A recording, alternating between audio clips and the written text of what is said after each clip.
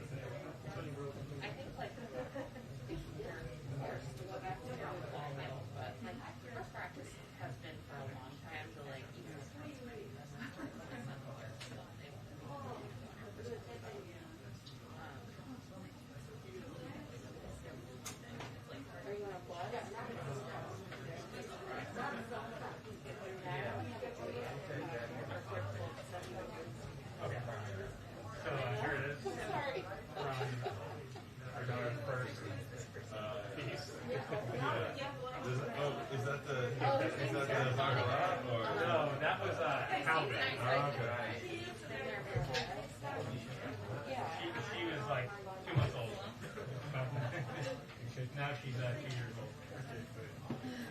That's just, So, like, is it you guys? maybe, I don't think really. From Rubio, or do you guys?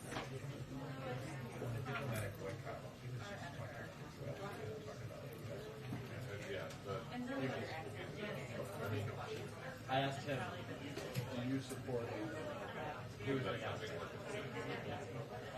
he meant the we was the administrator. the U.S. Me and JT over here. Topic number 1.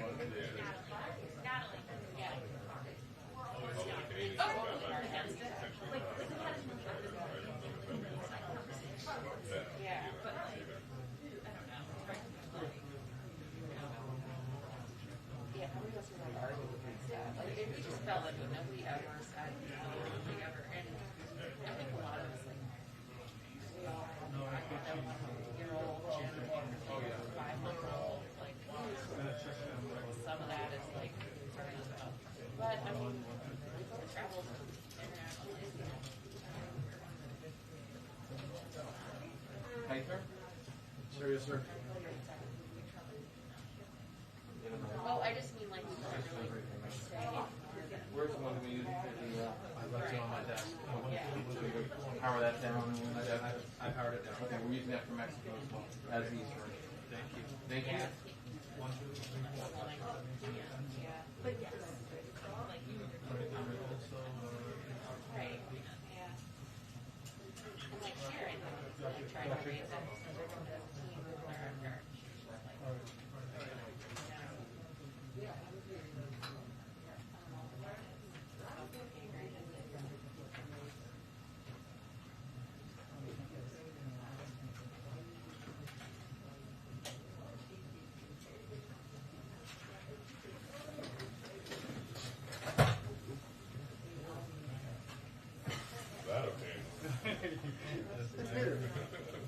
You grabbed your mic, right? He did. Jimmer. Oh, yeah, how are you, brother? Good to see you. I was hiding back there. I trust.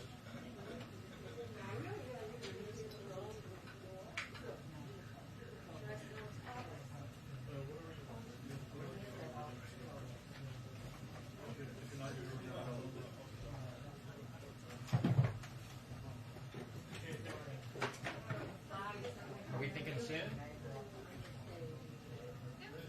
Yeah? I was not confident yet. Sure. Maybe. Soon is like Soon is so relative. remember the arc of history.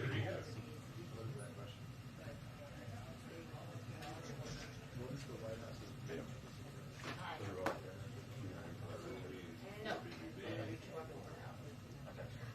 Unless you want me to. Yeah, before the midterm. Okay. Yes, that sounds good.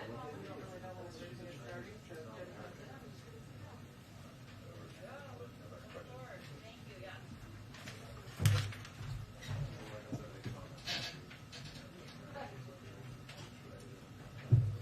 Yeah, you see.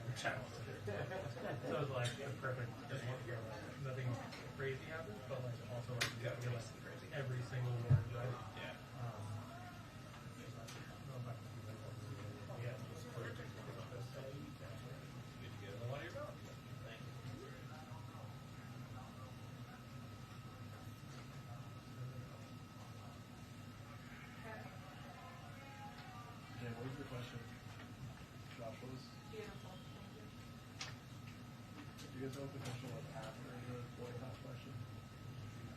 Sorry? What was the follow-up after something we're considering? What was the next one? Yeah, I was literally about to ask you the same thing. That's what I was thinking. Everyone's I asking me. Everyone's asking. I couldn't hear. Who was in there? I couldn't hear. I'm trying to go through it now here. That is. Thank you.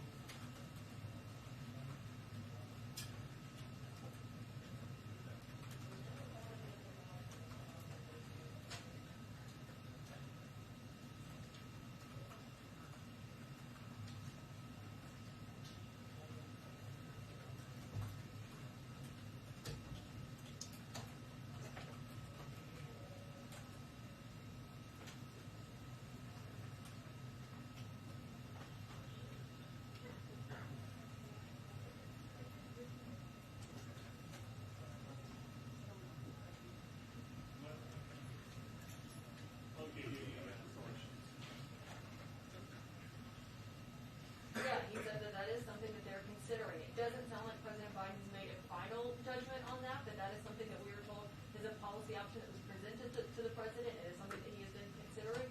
And this would be a diplomatic boycott. So that would mean no government officials would be going to those Olympics in February in Beijing. Of course, this comes on the heels of that 3.5-hour conversation that he had with the Chinese president here virtually at the White House on Monday night. And you've seen Democrats on Capitol Hill say this is something they believe the White House should pursue because it should be a protest of the human rights abuses that you've seen happen in China, something that the president and his aides say that he did bring up during that conversation with Xi Jinping on Monday night. But it wouldn't be a full boycott like some Republicans have called on. That would be one, of course, that would have no athletes from the United States going to the Olympics. That does not seem to be something that is under consideration, but it doesn't appear that they have made a final decision on this, that we are told by sources that's the direction that the Biden administration is leaning in.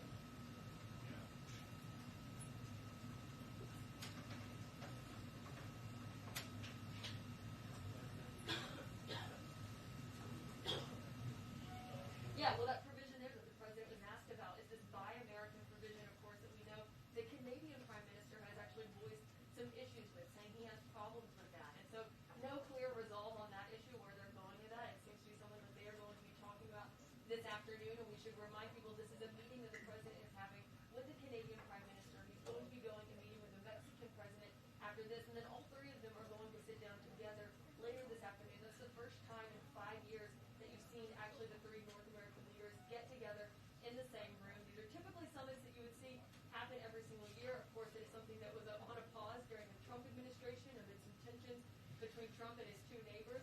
It is something that was also paused because of the COVID-19 pandemic. And now they are getting back together. And there are a lot of topics on the agenda, not just the ones that you saw the president and the prime minister being asked about there, but also energy, COVID-19, climate change, and of course migration is a big one. So there are a lot of topics going on. We should note that we will see President Biden again in those two events, just like the ones there where you saw reporters going through briefly. There will not be a press conference, a formal press conference after, so typically they've had those at the last 8 of these summits between the North American leaders.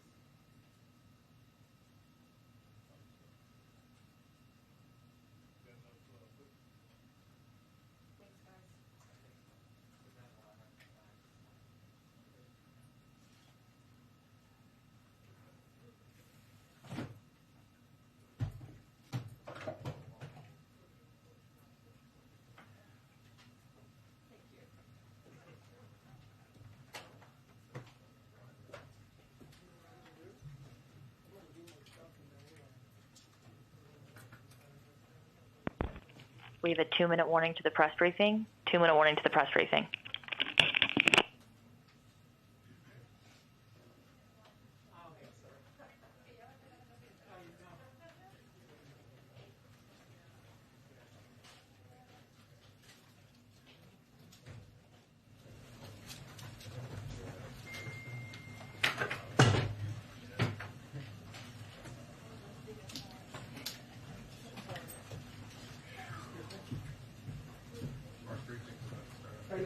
Two-minute warning. We're just putting that in for the next event.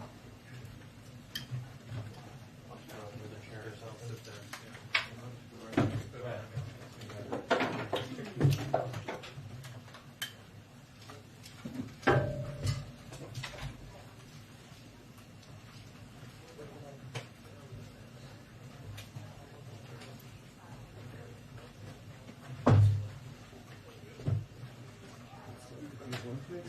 Copy pasted that right in the little package.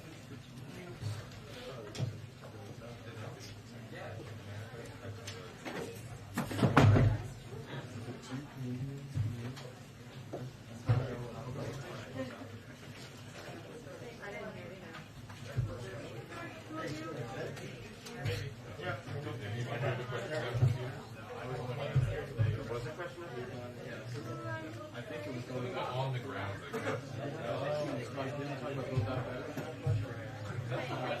Or the tax It's about the Senate. was for spending and something else. Something about Senate uncertainty. The answer is I don't know, and I don't know what we're going to be dealing with. I think he was talking about the tax credits. There were 2 questions about the yeah, 2 committees.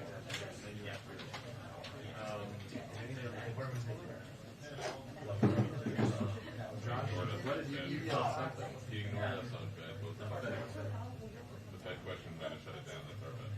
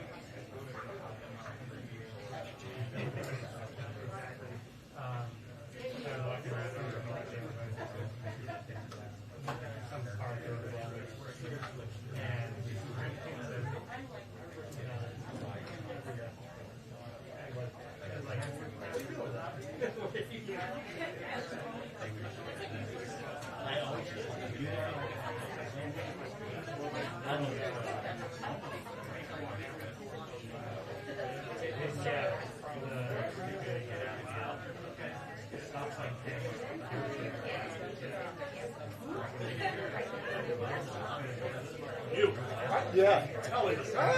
People are talking. Well, it's probably true.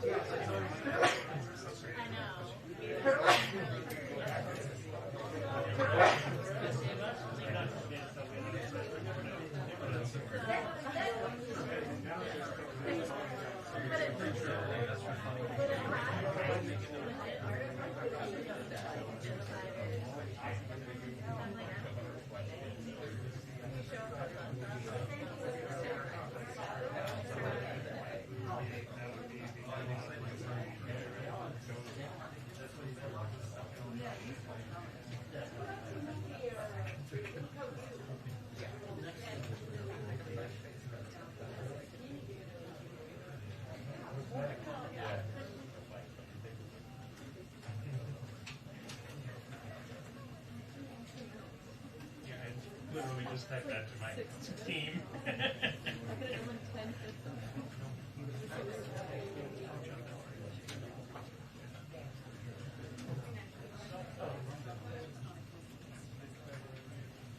Sorry, this is nice. Oh, sorry.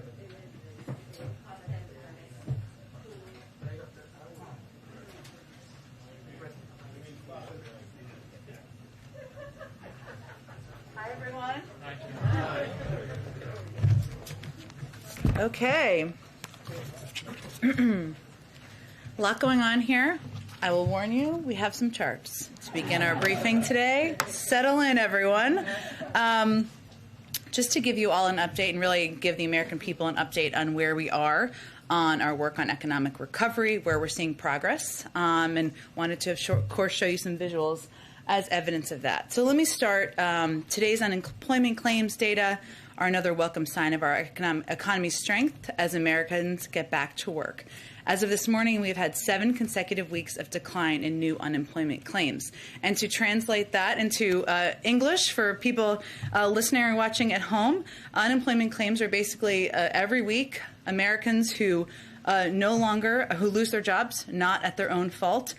They go and they file a claim looking for unemployment insurance. So the drop in these unemployment claims, there's actually a different chart on this. I don't know if they can pull it up, but that we've seen consecutively over the last several weeks and months is a good sign. No, the other chart would be good. Okay, great. So you can see here just the dramatic drop we've seen since January all the way down over the last several weeks. That's ultimately a good sign. And today in a new report, the OECD confirmed that we have returned to the pre-pandemic size of our economy faster than our global peers. While developed economies around the world are facing similar challenges on inflation because a global pandemic is causing global supply chain issues, something we're experiencing, something countries around the world are experiencing. This is further evidence that the president's success in getting Americans vaccinated, getting economic support to the middle class means that our recovery has positioned us better than any of our peers for continued strong economic recovery, and this new report is evidence of that. So now we go, back to the other chart.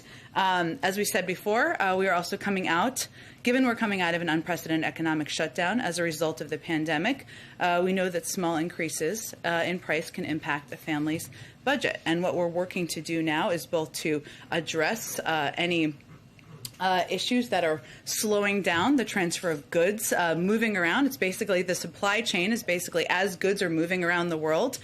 So we're working to address those disruptions, make sure goods are getting to shelves faster and easing price pressure. And there's a lot of good data out there. New data shows we're moving more goods than ever before. Ports are moving these goods more quickly, and large retail stores like Walmart, Target, Best Buy, and TJ Maxx are fully stocked. You've seen CEOs put out statements over the last several days confirming that. And Americans should feel good about the progress that's being made in addressing these disruptions and also ensuring that shelves are stocked at these big retail stores around the country. So, and this gives you kind of some examples of where we've made progress. So if you look at this, this is where we've seen, we've talked a lot about the ports of Los Angeles and Long Beach, where about 40% of volume comes in. And we've seen an increase in goods that are coming over there year to date compared to the previous peak. This means, and a lot of economists have talked about this, that more goods, because people are not spending their money as much on going to restaurants and doing things that American families normally do. They're buying a lot of goods. People are buying televisions. They're buying things online. This is happening around the world. And there's a 16% increase. That's why. We've also seen, because of the President's Port Action Plan, some progress that we've made. One of the issues, as you all know, especially folks who work in television, you've seen containers out there that were held for some time. We've made progress on that. A 32% increase in the long-dwelling containers. So that's a good step forward. That means more goods are moving. Good positive step. I'd also note, and we see this in the retail sales data and information that's been put out there, that retail sales are up from September 30th of 2020. Again, further evidence that people are buying more stuff, as we've talked about. And then the last piece I just wanted to point out here, and this is evidenced by, as I talk about these CEOs who have put out statements saying their shelves are stocked. that on-the-shelf availability is now at 90% as of the 14th of November, so just a couple of days ago. Last piece I just wanted to note here, and I know Chris mentioned this yesterday, but since we're talking about all the different impacts on people's costs and how the American people are navigating this, yesterday the President wrote a letter to FTC Chair Lina Khan, calling her to her attention the mounting evidence of anti-consumer behavior by oil and gas companies. As the President noted in his letter, prices at the pump have continued to rise, even as refined fuel costs go down and industry profits go up. Obviously, that's not the right correlation. Usually, prices at the pump correspond to movements in the price of unfinished gasoline, which is the main ingredient in the gas people buy at stations. But in the last month, the price of unfinished gasoline is down more than 5%, while gas prices at the pump are up 3% in that same period. And that is not what, obviously, that trajectory should look like. And this unexplained gap between the price of unfinished gasoline and the average price at the pump is well above the pre-pandemic average. It's not what we look to comparatively for years pre-pandemic. If the gap between the refined fuel costs and pump prices were at typical pre-pandemic levels, then Americans would be paying nearly 25 cents less per gallon. So clearly that's not how it should be working. That's why the President sent the letter, and this is clearly a place where he's, of course, asking the FTC to look into this. I'd also note, one of the last things I promised, just lots going on, we're also hosting a meeting of governors and federal and state officials on the front lines of helping families address home heating costs this winter. That's something that, especially in the Northeast, colder parts of the country, other parts where energy costs have been higher, has been of concern and an issue.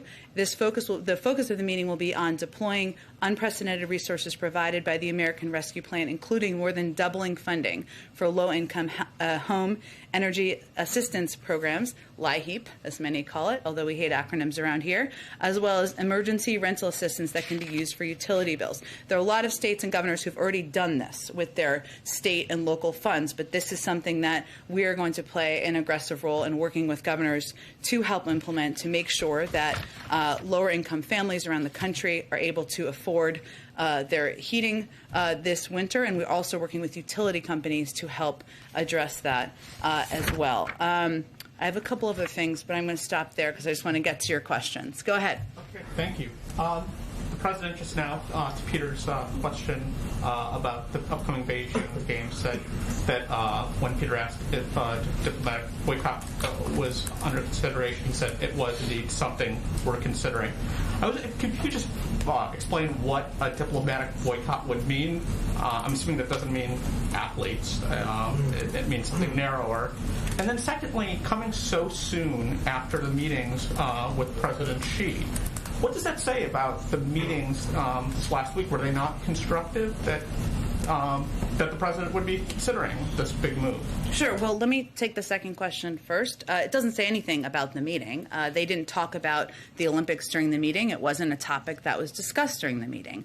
I would note that we've said from the beginning of this administration, as it relates to how we engage with China, that we see it through the prism of competition, not conflict. That is our objective, that the President is going to raise issues where he has concern, and he's going to look for areas to work together. And his lengthy 3.5-hour meeting the other night was certainly a reflection of that. Both areas where we could work together and areas where we have concern were raised, as you all know from the readouts following the meeting. But, there are areas that we do have concerns. Human rights abuses, you've seen not just in words we've used, but certainly in actions we've taken at the G7 and other sanctions, that we have serious concerns about the human rights abuses we've seen in Xinjiang. And certainly there are a range of factors as we look at what our presence would be. So I don't have any other update for you, Amr. I certainly understand the interest, but I want to leave the President the space to make decisions. Is it possible that you could just at least broadly, because I'm sure a lot of Americans that are interested in the upcoming games and a lot of athletes want to know what that could potentially mean, what diplomatic boycott entails? I certainly understand that. I just don't have an update on where what our presence will be. And then, does the White House have any reaction to Oklahoma informing National Guard members there it doesn't need to abide by Pentagon vaccine rules? Sure. Well, First, Amr, of course, the Department of Defense is the appropriate place, but let me, since you asked me the question, what we're talking about here and why there are requirements in place for members of our nation's military, including National Guard, is we need to ensure that we are really ready no matter what to protect the United States. And as Secretary Austin has conveyed, a vaccinated force is a more ready force. And that is one of the reasons he has been so, has led on this effort to implement this requirement of vaccinating the total force, including the National Guard. So in accordance with that, we've been encouraging all states to continue to offer the vaccine, inform their members that it is a federal requirement. And we believe, continue to believe, that no leader should be getting in the way of any action that will ensure or prevent or hinder operational readiness for our military, which is something certainly the Secretary of Defense has conveyed. And one last thing on Canada's Prime Minister called tax credit that the President said he'd be speaking with Prime Minister Trudeau about a clear violation of the updated American trade agreement. Does the White House have any response to that? We don't view it that way. I think it's safe to say. I would say that in our view, Amr, the electric vehicle tax credits is an opportunity to help consumers in this country. It's not the first time that there have been incentives and tax credits to help consumers, lower prices for consumers, help incentivize a move towards a clean energy industry, something that is good for our climate. Certainly, yes, good for businesses here in the United States, something that will help create good-paying union jobs in an industry that's already starting to head that way, but it's something where consumers would benefit. And obviously our view is that we have a great relationship with Canada. The President is very much looking forward to the meeting today, and there's a lot of ways we can discuss working together on economic issues, strategic issues, addressing the global pandemic, and I'm sure they will cover a range of topics in the meeting today. Go ahead. So a couple of questions about bilateral relationships that are not in focus at the White House today. Okay. So first, you were talking about gas prices. Mm-hmm. So I wanted to ask you about Saudi Arabia. It's a country that Secretary Blinken has described as one where you have a very strong relationship, and yet they have time and time again resisted, refused your calls to increase oil production.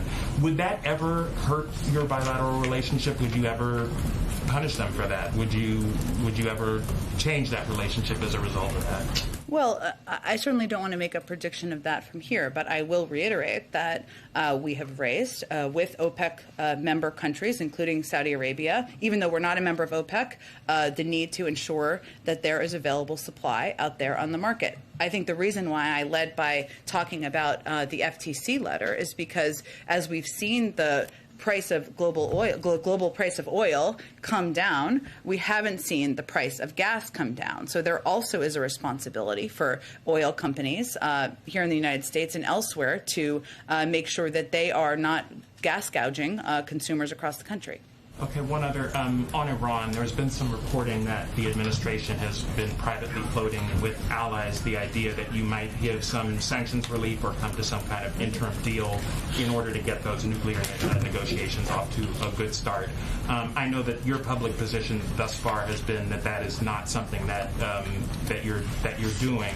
Would you ever consider that? Is that something that you would ever consider doing to get those negotiations started? I'm not aware of any change in our position or approach to the negotiations. Good. Thanks, Jen. Whose decision was it to break with tradition and not hold a formal press conference after the trilateral summit today? Was that something requested by the Canadians or the Mexicans, and why?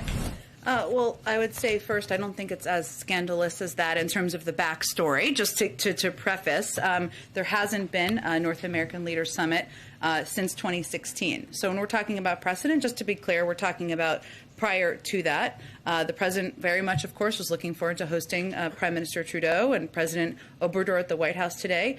I would note that in the last 3 weeks, the president has hosted 2 press conferences, 3 if you count the one after he announced the signing of the bipartisan infrastructure bill, where he took a number of questions. He's also, including today, he's taking questions from reporters a total of at least 10 times this month. There's a change in schedule as things move around, as they sometimes do. As you know, he signed 3 important pieces of legislation today, important for law enforcement, that had broad bipartisan support that moved everything later in the day, and schedules change and adjust, but you saw him take questions just a few minutes ago. Mexico, coming into this meeting, said that it's seeking access to more vaccines. Is that something that the president is planning to promise today? Well, I know part of the preview that we did last night, they talked about how, and certainly we'll do a written readout once these meetings conclude that will be more detailed, but how obviously COVID and addressing the COVID pandemic will be a part of the discussion. Now, a big part of that coming into the meeting from our perspective was the fact that we had lent or provided vaccine supply to Mexico and Canada, and we wanted to talk to them about providing that supply broadly into the region, something that would obviously be up to public health officials. In terms of what they may request, I can't speak to that, but certainly we're going to continue to play a role in addressing the global pandemic. And then very quickly back to the question about the Chinese Olympics. Is there a timeline for when the White House would decide about a diplomatic boycott? Is it weeks? Is it months? Would you make a decision closer to the actual date of the Olympics? I certainly understand the question. I just want to give the national security team and the president space to make the decision, so I can't give you a prediction of a timeline. Thank you, Jen. Grim milestone this week. More than 100,000 people died of drug overdoses in the last year. Experts say a lot of that is driven by fentanyl, which is coming across the southern border in record amounts. So why isn't the administration doing more to stop the drugs from coming in? Well, first I would say that the president is meeting with the president of Mexico today, as you know, and that we work with Mexico every day to disrupt transnational criminal organizations, which are responsible, as you know, for the majority of fentanyl, heroin, and methamphetamine entering the United States, as well as spreading violence and insecurity in Mexico. So during the summit today, we certainly expect that discussing this topic, our joint goals to combat transnational crime and terrorism, the movement of these type of drugs across the border will be part of the discussion. And when it concludes, we'll provide a readout. Okay, and then following up on the meeting with President Xi, American intel agencies have told the president they cannot crack the origins of COVID without China's help. President Biden had a chance to ask for China's help. Why didn't he? Well, I would say that the president's push for the Chinese to participate more, provide more transparent data and information, we've never held back on that front. We've argued for it publicly. We argued for it at every level. And the president did talk in his meeting about the importance of transparency, this is exactly an example of. He talked about the importance of transparency, but did he ask President Xi to cooperate specifically with this U.S. intel agency-led investigation into the origins of COVID? Peter, it's clear that that's what we want. That's what we've been pressing on. I don't have any more to read out for you from the meeting. You're saying that it's clear. Is it clear to somebody who has a Zoom meeting with the president that that's what he means if that's not what he says? I think the president has spoken publicly on this a number of times. Our national security officials have conveyed very clearly, I don't think it's a secret. That's what we want. That's what we've been pressing for. And then just the final one on that. Are they old friends or not? Because the president has claimed that they're not. You claimed that they're not. But then President Xi said that they are. The president didn't say that. The president considers him someone he has known for some time, someone he can have candid relationships with. I can't speak for how the Chinese categorize or describe people they know in the world. I can only describe how the president views the relationship. Go ahead. Jen, is Mexico doing enough to stem the flow of migrants into the U.S.? And I asked that question amid new numbers that show in the last year, I think it was 1.7 million individuals who were detained at the border trying to cross illegally. This is definitely going to be, as you know, Peter, but just to reiterate, a part of the discussion today. Every country in the Western Hemisphere has, of course, been impacted in some ways by migration events in recent years. A lot of people, Mexico has been as well. That's my point there. And leaders in the region have a shared interest in humane migration management. We, of course, our views, we have to address these issues together. So this is certainly an opportunity today to have a further discussion about it, about what more can be done. And certainly more can be done and should be done. Yesterday, during a preview call in advance of this, a senior administration official said there is not a real focus this time around on our borders. For those who are concerned about the situation at the border, why isn't that a real focus of today's conversation? Well, I think they also did talk about, though, how the root causes of migration, including people who are coming from the south of Mexico, or this is how I read the backgrounder, was going to be a part of the discussion. And I can assure you or others who may have confusion about that migration, addressing the root causes, ensuring we're doing it in a humane way, but reducing the number of people who are coming to the border will be part of the discussion. Let me ask one last question. I'm not sure if the White House has a position on this, but I ask because it's gained a lot of attention in the U.S. among individuals and, frankly, around the world. There's a tennis star from China, Peng Shuai, who has been missing, it seems, for a matter of days, if not weeks. Her social profile now comes up with nothing. Does the White House have concerns, have any comment, any position on that situation, given she's such a high-profile individual who spent a lot of time playing tennis, frankly, in the United States? Yeah, we have, of course, seen the reports. We unfortunately just don't have any additional information on it or additional comment. Go ahead. Thanks. I know you might not be able to give a concrete update on the idea of a diplomatic boycott, but two senators, Senator Todd Young and Tim Kaine, told our Hill reporter, Ali Pokornin, that their understanding is the administration does support this idea of a diplomatic boycott. So can you at least tell us if the president has been talking to senators about this? I mean, the president was just asked about this and gave an answer. Of course, we're in regular touch at a range of levels with members of Congress about a range of issues, including our relationship with China and including an issue like this, that there's been a lot of reporting and interest in. But beyond that, I don't have an update, given he just answered the question himself. And then sort of following up on the question about the electric car tax credits, but kind of more broadly, maybe you can talk to whether there's been any concern from the White House heading into these meetings today, whether the president's big push to make things in America and buy American in the long term could be right now making it harder to get Mexico and Canada on board to help with some of the supply chain issues. Well, our view is that we have a lot we can work with, a lot of work we can do, I should say, with the Canadians on addressing supply chain issues, something that's in our mutual interest, and there's mutual benefit in doing that. We've done a lot of work on this end. We certainly know that the ability for goods to move effectively around, connecting infrastructure, making sure it's efficient, even at a time where the purchasing of goods is increased massively around the world, here, Canada, everywhere around the world. That's in our mutual interest. I would say, just to go back to what I said in response to Amar's question, I mean, the electric vehicles component of the package is something the president is personally very excited about, because he believes it's an industry of the future, an industry that can help create good-paying union jobs, and it will help consumers. It will help incentivize the purchasing of electric vehicles and the driving of electric vehicles, something that's good for our climate.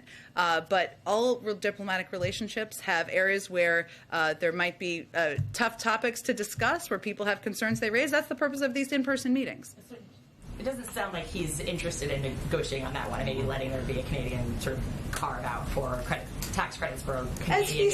As he said, they're going to discuss it, and we'll see what they discuss, and we'll give you guys a readout. But I think in response to Amar's question, I was just answering how we view it, and of course reiterating the president's excitement about this component of his package. Go ahead. Thanks, Jen. While he's meeting with the Mexican president today, do you expect them to come to an agreement on returning to the Trump-era Remain in Mexico policy? I don't believe that's intended to be a big topic at this meeting. So you don't think they'll come to an agreement on that today? I think it was previewed as not a major topic of discussion, so I wouldn't anticipate that. Okay, and the House could vote as soon as tonight to advance the Build Back Better bill for the president. He has touted this, of course, as he did yesterday in Michigan, as a big boost for the middle class. Is he comfortable where the current provisions stand for these state and local tax deductions, given it would be a pretty significant tax break for the wealthy? Well, let me start by first, obviously wasn't what he proposed in his initial package, as you know, but just to come back to that. The president also, though, it's been conveyed to him by leaders in the House and Senate that this needs to be included in order for this legislation to move forward. And he certainly understands that and takes these legislators who've been doing this a long time very effectively at their word. But even as we look at the content of it, it's a long-term sustainable reform, in our view, that doesn't add at all to the deficit over the decade. And over that period, it will mean that millionaires and billionaires actually pay more than they would otherwise. It would raise the cap to $72,500, fully paying for itself across the decade. It's a sustainable solution in our view. That means those with lower incomes would be able to fully write off their state and local taxes. So it is a component that wasn't initially proposed. This is a part of compromise. It's not something that would add to the deficit as it is concluded in the package, and certainly we're comfortable with it moving forward. You are comfortable with it moving forward? Again, this is not what we proposed, but this is compromise. It's in the package. I just wanted to give you a sense of where it stood. Does the president support the Senate adding an income threshold to that? I'm not going to parse different components that are being discussed as we're working to finalize it. The president, again, this is a part of the bill that that has been proposed that is important to key members, as you all know. That's why it's in the package. The president's excitement about this is not about the SALT deduction. It's about the other key components of the package, and that's why we're continuing to press for it to move forward. Go ahead. Thanks so much. In regards to the supply chains, I wanted to ask how serious is the administration considering the option of nearshoring, creating incentives to encourage some manufacturing to move from China to Mexico, for example. So far, the focus has been on, as she was saying earlier, Buy American policies. Is nearshoring one of the things the administration is taking seriously? I'd have to talk to our economic team of whether that is one of the top areas or top policies they're looking at. As you know, we're looking at a range of ways we can continue to build on the progress that, in our view, we've made already to date. That includes making sure we're implementing, as it relates to the infrastructure bill, the ports piece on the early end of that, because we know that's a key component of making sure goods are moving effectively around the country. But I will ask them if that's something that is under consideration. On another, could you respond to Senator Rubio's decision to place a hold on Biden's nominee for the ambassador to China? Obviously a key position. Rubio's concerns are that Nicholas Burns has some business relationships in China. Well, I would first say that anyone who knows Nick Burns' background knows that he is eminently qualified for this position. He's somebody who could effectively do the job from the first day he is serving in it, and he is somebody also. This is a country where we vitally need an ambassador at a time where we have a lot of business engagement and follow-up work to be done. So we are certainly eager to see his nomination move forward. Go ahead. Can I ask you, forgive me for an update on Fed timing? Is it still? You don't have to apologize. It's okay. It's an important topic. The Canadians are in the building. I have to apologize. Yeah. Oh wow. Sick burn. You as one. Still into the DNA. Yes, that's into the DNA. Next to Thanksgiving as well for the chair. Still? It still remains, as Chris said yesterday, that he intends to make a decision in advance of Thanksgiving, and hopefully all of you financial reporters can rest easily with your turkey and mashed potatoes or whatever you like to eat, that you don't have to be chasing it by then. Is that an announcement that we can expect to be for the other open positions, or is it just the chair that he's going? I don't have an update beyond that, but I think you can certainly expect the nominee for that he will make a decision and will have more to say before Thanksgiving on the chair. And on the SPR, you discussed with President Xi the notion of jointly releasing reserves. Can you say whether you've had discussions with other countries about whether the U.S. would consider a joint release of oil reserves? So the president, we have national security members of the national security team, I should say, have discussed with a range of countries, including China, as was noted in the readout, the need to meet the supply demands out there over the longer term as well. I don't have an update. I know you weren't exactly asking about China, but about that. But that is an ongoing conversation and one we're having with a number of partners. Can you list any of those countries? I don't have additional details. I will see if there's more we can provide. Not in a quiz way, but right. Whatever you say a country, and I'll wink or not. I don't know. And finally, reconciliation, debt limit. Schumer and McConnell are meeting on that today. Does the White House think reconciliation is the best path forward, or do you prefer another path on raising the debt limit after Secretary Yellen's timing that she provided earlier this week? Yes, and for others who didn't see it or may not watch it as closely, Secretary Yellen put another update letter out there giving kind of a rough timeline of around December 15th of when we would have more questions about whether we could pay our bills at that point. Our view is that it has been done 81 times, if I'm getting my math correctly, through regular order. We saw that happen a few weeks ago. That is certainly our preferred path. We think there's no reason to fool around with the faith and credit of the United States, and that's certainly what we're going to continue to press forward on. Go ahead. Back on EV tax credits, it's not just the Canadians that are upset. Tesla is upset. Toyota is upset because the bill, as it's written in the House, would give a leg up to the companies that happen to have contracts with the UAW. How committed is the president to keeping that provision in the bill? The president is pretty committed to the bill providing good-paying union jobs. The president seemed to say this morning, I think I heard him say, that he would take questions after he meets with the leaders today. Do you know more what we can expect in that regard? Well, he just took questions a little bit ago, so we'll see what the end of today looks like. And if the president wants to take questions, that's certainly his right to take questions. Should we expect a press conference tonight or tomorrow? I would not expect but you can take questions. You can ask questions in any format, right? I don't think you need a formal embroidered chair for it. I don't think. We would like a press conference. Okay, go ahead. Jen, on immigration, several Democratic lawmakers, outside groups, administration officials have told us they don't think that the administration has a cohesive immigration policy, and that's contributed to the higher numbers, the record numbers that we're seeing at the border. Do you think the administration has a cohesive immigration policy, and how would you characterize it? We do. We have a bill that the president proposed and put forward on his first day in office. We believe there not only needs to be a more fair system, a humane system, but we believe there needs to be a more effective asylum processing. We believe there needs to be smarter border security investment, and we believe that there needs to be more done to address the root causes. That is all a part of the president's proposed legislation, and we are eager to work with anyone in the House or Senate, Democrat or Republican, who wants to work with us on moving forward on long overdue immigration reform. In the meantime, the legislation is stalled in Congress. In the meantime, do you think there's a cohesive strategy that the White House is implementing based on just executive actions and what you guys do at the border in trying to control the numbers?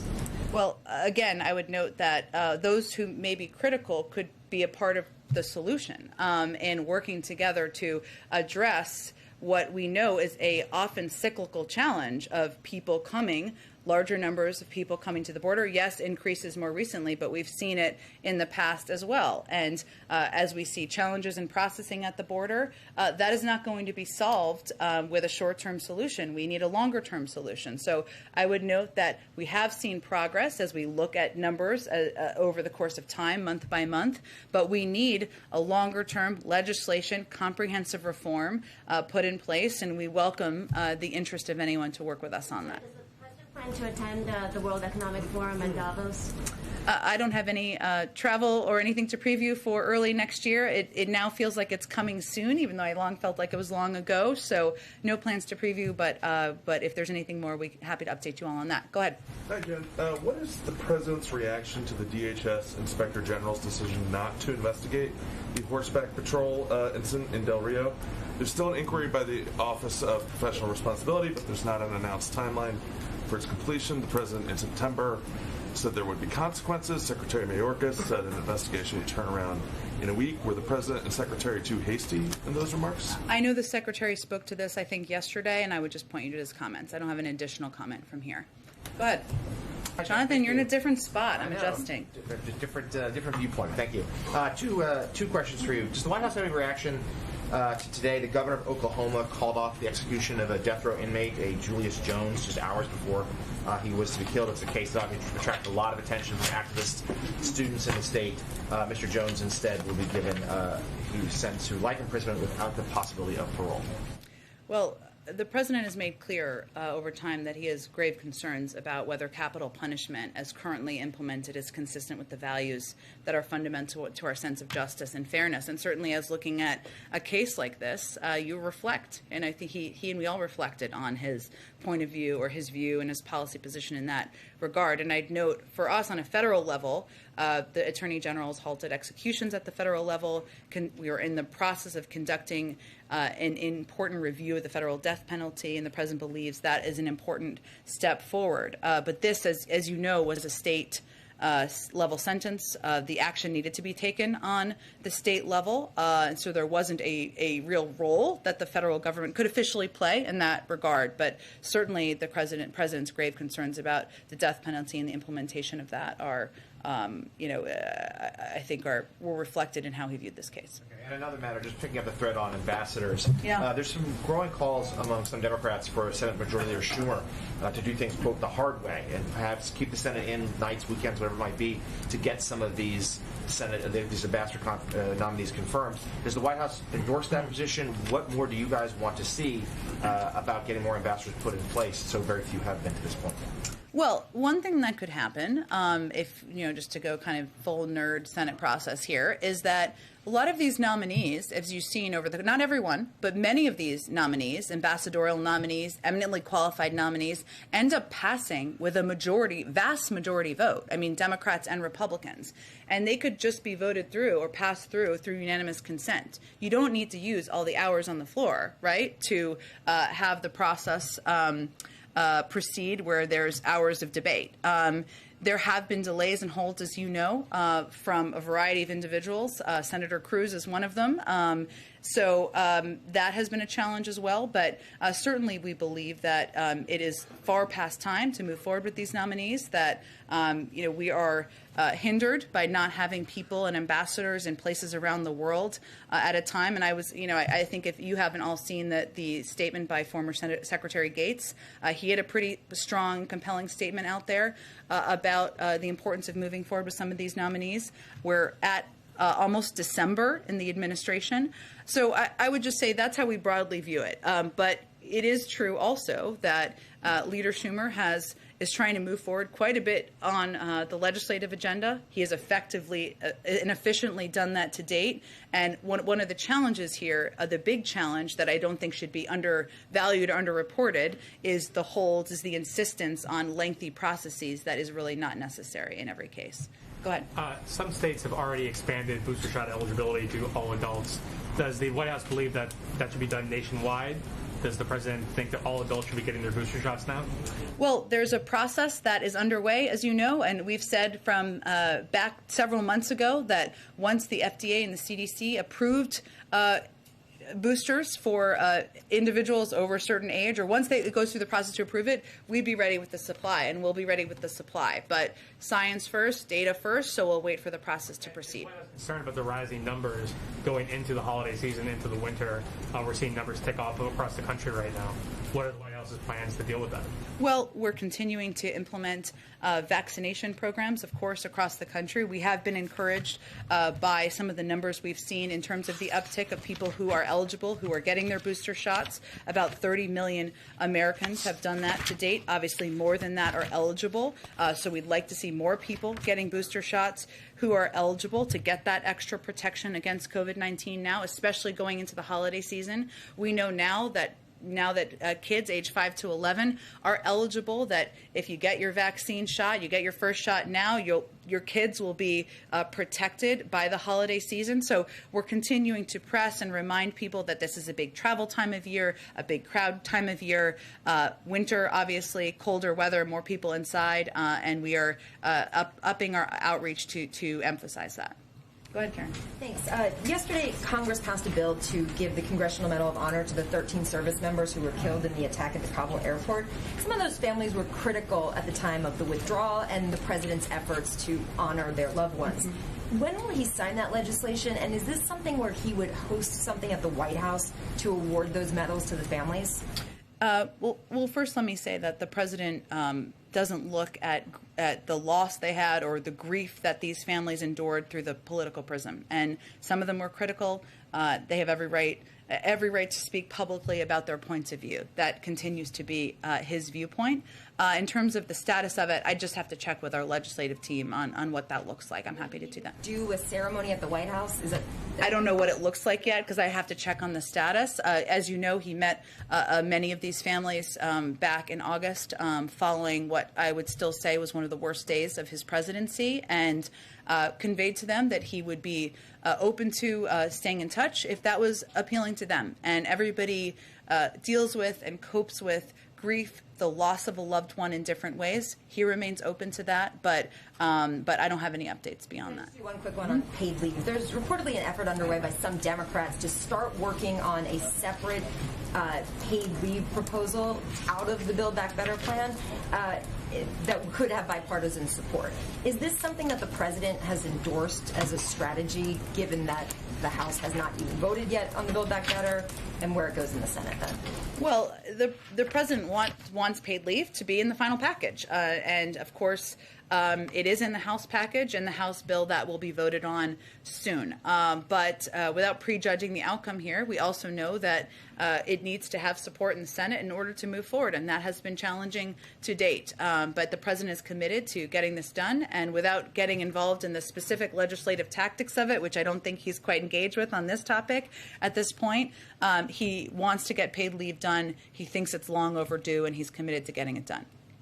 Go ahead. Thanks, Jen. Yesterday, oil and gas companies bid nearly $190 million for drilling rights on federal oil reserves in the Gulf of Mexico. This comes just after President Biden was at COP26 in the United Kingdom. Given that these leases are going to last well past 2030, does this current round undermine at all Biden's pledge to reduce greenhouse gas emissions? I think I may have spoken to this the other day, and I think there's a legal court case around this on the implementation or the allowing of these oil leases to move forward. But I would say, so I would refer you to those comments. Go ahead, Katie. How do you have a summit where migration is one of the major issues without bringing up a policy like remain in Mexico? Where does the White House think the proper forum for that is if it's not one like this?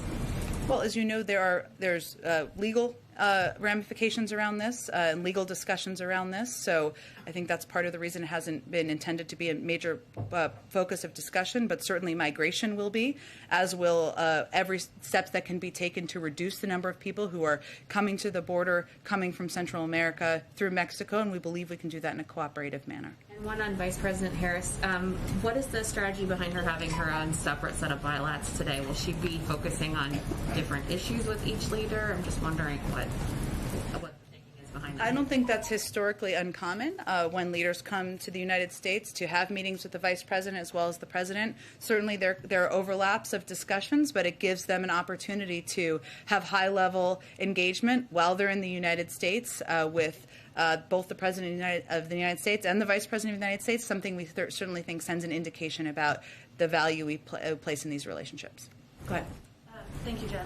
There's a growing sense among world leaders and others that on foreign policy, President Biden is markedly different from former President Trump on tone, but on substance, in some of the ways, it's very similar and not that different than Donald Trump's America First policy. So in light of today's bilats and trilat, I just wanted to give you a chance to respond. Like, what are their examples? So, for instance, the Canadian Chamber of Commerce told Politico today, President Biden has doubled down on some of Trump's policies and in other cases taken actions that are directly against Canada's interests. I think the two main areas would be trade and immigration, and then a little while earlier on the submarine kerfuffle with the French foreign minister said this is brutal, unilateral, and unpredictable decision reminds me a lot of what Mr. Trump used to do, and I can get you more examples. Sure. Well, look, I would say I'm not sure those are that specific, and I've already spoken to the electric vehicles component. I think it's hard for any analyst to look at the president's approach to re-engaging with allies around the world, which is something that has been front and center to the president's approach to global engagement, to rejoining the Paris Climate Agreement, to acknowledging that climate is one of the biggest crises we face around the world, to ensuring that we are working to promote human rights around the world, freedom of press around the world. I think the list of differences is probably a laundry list, and the list of similarities probably fits on the back of a tiny napkin. One last tiny question. On the diplomatic boycott of the Olympics, can you give us any sense of a time frame for when we should expect that decision? I don't have a time frame to give you today. Ashley, obviously the Olympics are in February, and I want to give the president and the national security team a little space. But as any updates are there to provide, we certainly understand the interest and we'll provide them to all of you. Go ahead. You talked about the letter the president wrote to the FTC. How fast does the president expect that letter to bring down gas prices? Well, I think what we're looking at here is highlighting and elevating an issue that should be pretty apparent to people across the country. And I would note, since you gave me the opportunity, that in the letter, the president also noted that the two largest oil and gas companies in the United States, measured by market capitalization, just to speak your kind of language, are on track to nearly double their net income over 2019. So just to give you a sense, They're set to earn $32.9 billion this year. In 2019, the two companies only earned $17.2 billion in combined net income. And I would also note that BP's CEO said, while announcing an additional $1.25 billion share buyback earlier this month, quote, "When gas prices are strong, this is literally a cash machine." So that's noted in the president's letter. This is a letter sent to the chair of the FTC. They are, of course, independent. They make independent choices. I would note that in a previous letter that was sent related to concerns we had about oil and gas mergers, they responded, obviously, and there have been reports out there. I would note a Reuters report out there that showed that this had an impact on oil and gas mergers. So I can't predict for you. I understand why you're asking, but given the independence of the FTC, I would point you to them. But certainly we see this discrepancy between the price that is coming down as it relates to oil and the price of gas is concerning. So any consideration to reversing some of the policies that have led to this, maybe reconsidering the Keystone Pipeline as the Prime Minister of Canada is here?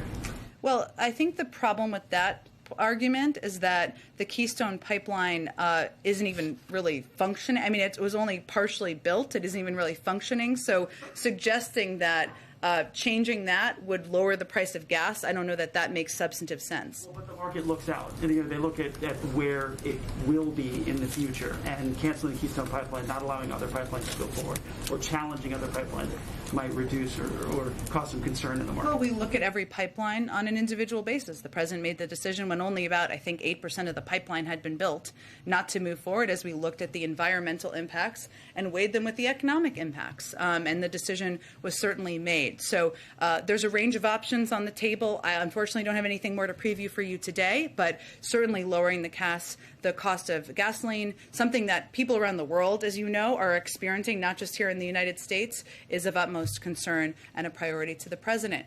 A Canadian day. Thank you, Jen. Two quick questions. The first one, I just want to follow up to the previous question. Trade protection policies are perceived as just as intransigent, this administration, as Trump's policies. How do you distinguish them? Give me more information. In what way? You're talking about the electric vehicles component? For instance, lumber also, the same attitude is adopted by this administration as by the previous one. On lumber, in which way? Are you talking about tariffs or what specific component? On tariff, and how difficult it is for Canadians to access the American market or favor the Americans. I understand that the president is fighting for good middle-class jobs, as I keep repeating, but it's good middle-class jobs on the other side of the border that are killed by this attitude. Well, I would again reiterate a little bit of what I've said before. One, they're going to have a discussion about all of these issues. And as you've seen, the Prime Minister Trudeau and his delegation, as you know from reporting on them, will certainly raise this and other issues in the meetings. And we'll do a readout of that, as I'm sure they will do a readout of that. But the President's view continues to be that ensuring that investing in the electric vehicle industry here in the United States, something that helps consumers by lowering the cost of electric vehicles, making them accessible by dramatically lowering the cost of purchasing an electric vehicle by I believe, about $12,500, makes it accessible to people in this country. That's also good for our climate, something we very much agree with Canadian leaders on, and the need to take steps on here in the United States as one of the world's biggest emitters. So that's a part of the discussion, too. So I would say, again, that I think there are far more differences across the board, and I think probably people from the former president's team would probably agree with this as well, and their approach to foreign policy. Then there are similarities, but this is an area where the president believes good paying union jobs is important to our market here, but also that investing in a clean energy industry that will help create jobs in the future is imperative. But lots of work we can do with the Canadians. And it's been a month now that 16 Americans and 1 Canadian were kidnapped in Haiti. What is the administration has been doing? What has the administration been doing? Well, we have a significant presence on the ground, including with law enforcement officials from the FBI and others who are working constantly to bring these individuals home. I wish I had an update for you today. I know everybody's seeking an update, but unfortunately there's nothing I have to report at this moment. Go ahead in the back. So Russia said that recent conversation between National Security Advisor Sullivan and his Russian counterpart Patrushev was part of the preparation for next contact between Presidents Biden and Putin. So are you planning such a meeting or a phone call, and are you satisfied with the results of the Geneva summit, given the current situation around the tensions around Ukraine and the situation on the Polish-Belarusian border?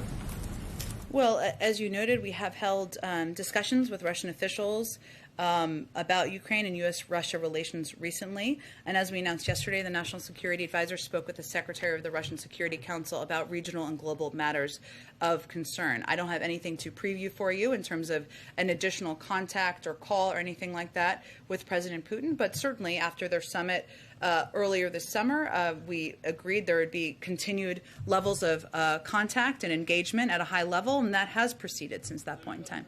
Is that right? I am not ruling out that the President of the United States will speak with the President of Russia at some point in the future. True. Go ahead. Oh, well, I was going to go right behind you because today is also a Mexico Day. Thank you. The North American Leaders Summit has many subjects on the table. Energy, you said organized crime, of course COVID, and certainly USMCA. In all of these areas, what does the United States government needs to see to consider this summit successful, especially in terms of the Mexican government? Do you expect any agreement today, and in which areas? Thank you, Jen. Sure. So, you know, at the bottom line is today is an opportunity to resume a level of engagement with the Canadians and the Mexicans in their leadership, at the leadership level, that had been stalled for 4 years, hadn't happened since 2016. And it's an opportunity to build on discussions that these leaders were also a part of, whether it was the G20, COP26, in different capacities. So today is an opportunity for leader-to-leader engagement, have a discussion about a range of challenges we all face, whether it's improving vaccine distribution and pandemic preparedness, something that is certainly on the minds of all leaders, strengthening North American supply chains, enhancing competitiveness, concrete actions on reducing methane emissions, follow-up to the COP26 summit, and developing a regional compact on migration and protection for the Americas. In terms of what will come out of here, we'll have, the meetings have a couple of more hours, so I'll let them proceed before I preview that. But certainly the President was looking forward to the opportunity to engage face-to-face, have discussions about these important, vital issues with these leaders. Shelby? Okay, and then we'll do Shelby, last one. Thanks. OSHA suspended its vaccine implementation and enforcement because of a court order. Given this update, is the administration still urging businesses to move forward with the president's vaccine and weekly testing rule? And are you still working off of that January 4th compliance deadline? We are. Let me be very clear. Our message to businesses right now is to move forward with measures that will make their workplaces safer and protect them, their workforces from COVID-19. That was our message after the first stay issued by the Fifth Circuit. That remains our message, and nothing has changed. I would note that recent polling, I think that just came out yesterday, showed that 60% of businesses are moving forward with measures that keep their workplaces safe. They're essentially implementing components or versions of these vaccine requirements because they know it's in the interests of their workforces, to protect their workforces, to make sure they can bring more people back to the workforce, and we certainly see that as a positive sign. So we are still heading towards the same timeline. The Department of Justice is vigorously defending the emergency temporary standard in court, and we are confident in OSHA's authority. All right, thanks everyone. Senator Manchin just walked out while we were in here. Are you able to provide any readout of the meeting that I suppose just happened? Did he meet with the president or with staff? He was not in the meeting with the Mexican president and the Canadian president. That would just make an added component of today. I believe he was participating in a swearing-in ceremony for Dr. Gupta per Dr. Gupta's request. Thanks, everyone.